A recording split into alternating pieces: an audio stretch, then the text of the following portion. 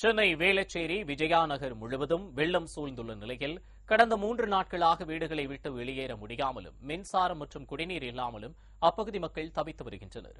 இதுகுறித்து நமது தலைமை செய்தியாளர் ஜெயக்குமார் அப்பகுதி மக்களுடன் நடத்திய நேர்காணலை பார்க்கலாம். மிக்ஜாம் புயலுடைய தாக்கத்தின் காரணமாக சென்னை மாநகரமே வெள்ளத்தில் தத்தளிக்கிறது. குறிப்பாக வேளச்சேரி விஜயநகரம் பகுதியில் இருக்கக்கூடிய அடுக்குமாடி குடியிருப்பில் 1000க்கும் மேற்பட்ட குடியிருப்புகள் இருக்கிறது. இங்கு பல்லாயிரக்கணக்கான மக்கள் வசித்து வருகிறார்கள். குறிப்பாக 3 அடி அளவிற்கு இங்கு மழைநீர் தேங்கி இருக்கிறது. இந்த வெள்ளத்தில் இருந்து தங்களுடைய உயிரையும் உடைமைகளையும் பாதுகாப்பதற்காக மக்கள் வெளியேறி வருகிறார்கள். மூத்த குடிமக்கள் தற்போது மீட்கக்கூடிய அந்த பணியில் அங்கு இருக்கக்கூடிய மக்கள் ஈடுபட்டிருக்கிறார்கள். பல்வேறு அதிமுகவை சேர்ந்த நிர்வாகிகள் எல்லாம் இங்கு ஈடுபட்டிருக்கிறார்கள். குறிப்பாக ஐயா, உங்களுக்கு என்ன மாதிரி இந்த இடத்துல பாதிப்பு இருக்கு, என்ன நடவடிக்கை எடுத்திருக்காங்க அரசாங்கத்திலேருந்து? எங்களுக்கு எந்த நடவடிக்கையும் விசிபிளா தெரியல. எந்த நடவடிக்கை தெரியல.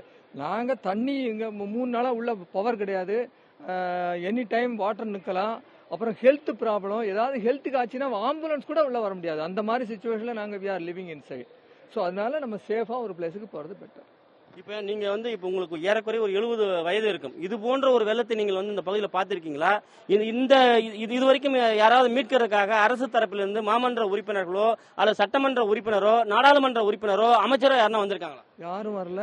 அவ்வளவுதான். நம்ம we have to safeguard ourselves. அவ்வளவுதான். குறிப்பாக இந்த மழை நீரில் இருக்கக்கூடிய தண்ணீரோடு சாக்கடை நீர் கலந்திருக்கிறது. அந்த பகுதியில் இருக்கக்கூடிய மூத்த குடிமக்கள் தங்களுக்கு பல்வேறு தொல்லைகள், காய்ச்சல், தலைவலி உள்ளிட்ட பல்வேறு பாதிப்புகள் இருக்கிறது.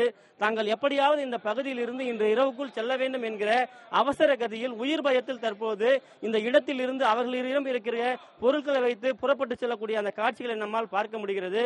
நியூஸ் ஜே செய்திகளுக்காக ஒளிப்பதிவாளர் சுபாஷுடன் ஜெயக்குமார்.